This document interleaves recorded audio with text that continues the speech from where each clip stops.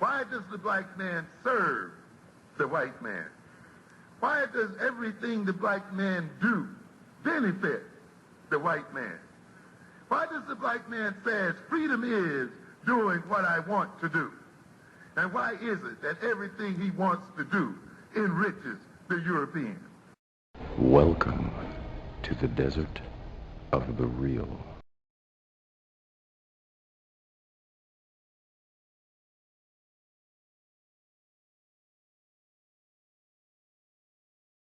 You on Philadelphia Radio? What's up? This is Holip. Hey, what up, fam? I'm glad you got in before we ended this. Mm-hmm. Yeah, I was kind of confused on what the point of the whole conversation was. Are we discussing whether Jesse Williams is a nationalist or not? That was part of the discussion. Okay, because he's not. That's just objectively, factual. He's not an actualist. Without a doubt. No one's disagreeing with that. Right. So is that what the discussion was about, or is it something else? No. That was just mentioned. Oh, okay. That was mentioned, but nobody assumed that he was a nationalist.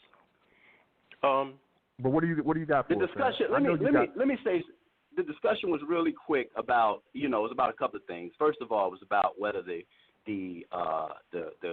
what he said had any type of relevance, or was it just a integrationist type deal? And secondly, the fact that he's just setting it up to lead people towards a particular agenda, which is the homo agenda. Actually, I could probably answer that by reading what I already posted. Can I read that, Thurl? Yeah, go ahead. All right. I quoted him and I said, if you have no interest in equal rights for black people, then do not make suggestions to those that do. Sit down. And then in parentheses, I put sitting down. I have no interest in equal rights for black people in America. I'm for land, infrastructure, nationhood, independence, and autonomy off the shores of America and on the land of our ancestors. Black nationalists and Afrikan Centered Progressives seek total and complete socioeconomic and political control over the context of our collective reality, and that ain't going to happen here in America, period, point blank, end of story. If it was, it would have. It is not my intention to shit on the words of Jesse Williams. I feel and respect his passion, sincerity, and courage for speaking truth to power, but it is my intention to clarify my position and the position of all black nationalists and Afrikan Centered Progressives.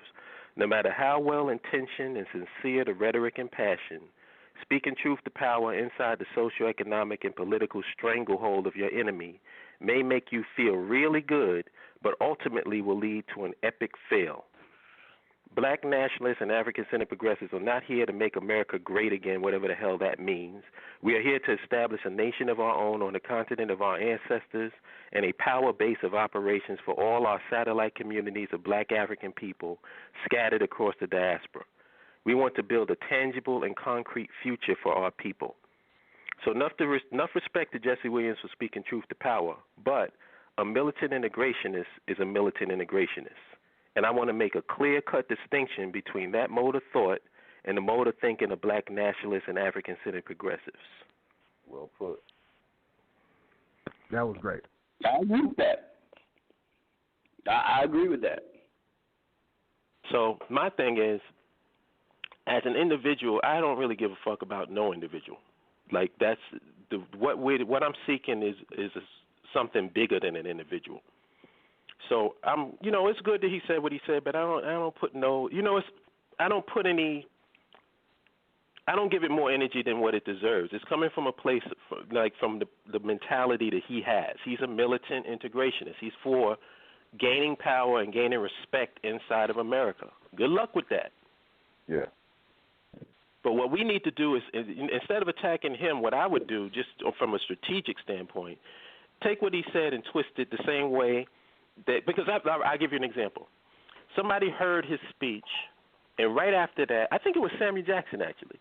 After he heard the speech, he said, wow, I haven't heard something like that since the 60s. So what we all need to do is find 10 people and go and vote. I'm like, where the fuck you got that from? Exactly. So if they can take it and spin it to they militant integrationist viewpoint, I can take his words and spin it to a nationalist viewpoint. I can say, hey, yeah, I agree with everything you're saying. The police is fucking us over. Yeah, we got all this stuff going on. But guess what? You know what will solve the problem? Land, infrastructure, and nationhood. So each person needs to be down with nationhood. He becomes just whatever. You can use those words any way you want to and spin it in the way you want to. The bottom line is, what's the solution? And I let everybody know where I'm coming from. I'm not for equal rights in America. I'm not for trying to establish your freaking power base in the fucking home of your enemy. That's retarded. Legit point. And can I just say one thing? I have to say this.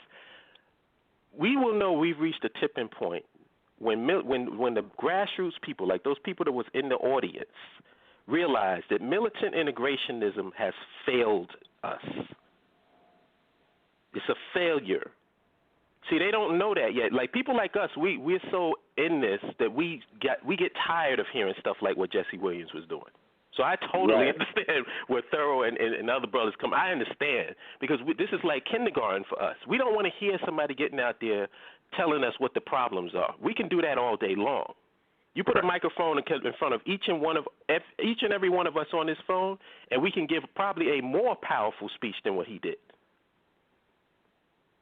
But we're tired of that. We want solutions.